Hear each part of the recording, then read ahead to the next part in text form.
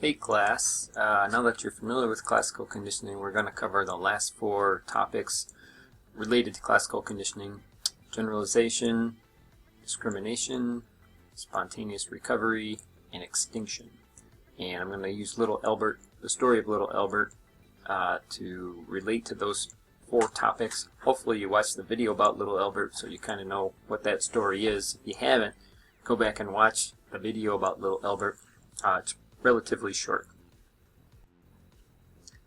So generalization is just that once you have a conditioned stimulus and a conditioned response, sometimes there are stimuli that are similar to the conditioned stimulus, and similar stimuli can also produce or cause a conditioned response. And I'm going to go over an example of that in a little bit.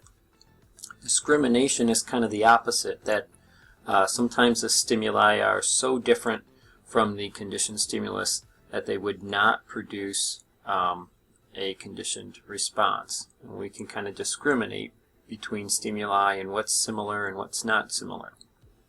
So in the context of Little Albert and his fear of the white rat, we would want to keep in mind that Little Albert was only conditioned to be afraid of the white rat. That was the only animal that they paired the loud noise to. And so he was afraid of the white rat. That rat caused him to cry or caused a fear response. But there were other things after the conditioning occurred that also caused him to be fearful. For example, the white rat caused him to cry and be fearful, as did perhaps a dog. And when you look at those two stimuli, you see that they elicit the same power as the white rat itself. What about cow? They didn't show a cow in the video. But you know what? Maybe a cow is just kind of too different from the white rat. Maybe a cow wouldn't cause him to be fearful. And so when you look at these different examples, the two animals, the rabbit and the dog, which caused fear, those would be considered the form of generalization. So his fear is generalized to those other animals because they're similar.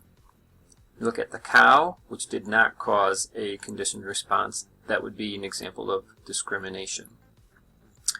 So it's interesting though, because sometimes with these stimuli, it's not either one or the other kind, either, like the conditioned response occurs or it doesn't occur. So for example, if you showed Little Albert a brown rabbit, maybe he would have a mild fear response. If you showed him a gray rabbit, maybe he would have a slightly stronger fear response. And if you showed him the white rabbit, he might have a fear response that's almost just as strong as his response was to the white rat. So the different variations in color could even produce variations in the strength of his fear response. So let's say we've got this point now where Little Albert is afraid of the white rat and other white furry things. Do you think that fear of white rats will last forever? It might. Sometimes people have phobias that last forever, well into adulthood, and sometimes that could be from an early childhood experience. We don't always know where phobias come from, because sometimes people have fears of things that are kind of unique. They don't even recall any experiences, negative experiences with that object or that stimulus, so it's kind of hard to say sometimes. But certainly you can imagine if someone were attacked by a dog as a child, that they may have a pretty intense and involuntary fear of many different types of dogs throughout their life. But sometimes the conditioned response kind of weakens over time. Maybe you've experienced something like this. Consider a time maybe where you had a taste aversion. I think I gave an example in the previous lecture about when I had the flu and I ate lima beans, and then I had a taste aversion or a conditioned nausea response to lima beans. But over time, as I saw lima beans and smelled lima beans, times when my family was eating them, over time my conditioned nausea response kind of weakened, and eventually it disappeared completely. And I'm proud to say that today I can eat lima beans again. So that's the way it works. Sometimes conditioned responses weaken and disappear over time. Sometimes they might last a lifetime unless you seek some form of treatment to get rid of that fear. So what we're talking about here is when the conditioned response lessens and disappears over time. That's called extinction.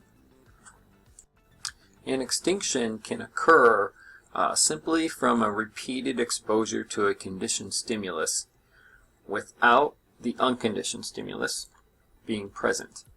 So for example, in our context of the story with little Albert, if you kept presenting the white rat to little Albert after he's afraid of it, you keep presenting him the white rat over and over and over every day, eventually his fear might begin to decrease and eventually disappear. And that's because as long as you don't scare him again with that loud noise, which was the unconditioned stimulus, then the rat no longer predicts the loud noise, and we probably see a reduction of that fear. So that's called extinction, and that's what happened to my nausea response with lima beans. Over time it became extinguished. What's interesting though is that it doesn't mean we've unlearned that association between the neutral stimulus and the unconditioned stimulus.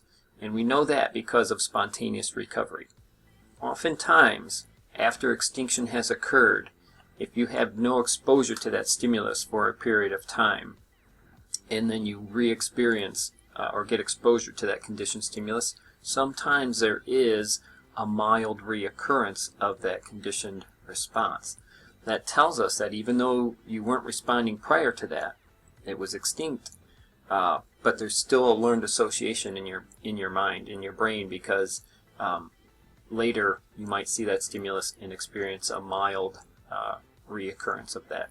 So that is spontaneous recovery. Alright, I hope you enjoyed learning about classical conditioning. I'm sure there's some work for you to do in class, or if you're in the online class, some tasks for you to do to complete related to classical conditioning. And our next topic, our next form of learning we'll be covering is operant conditioning.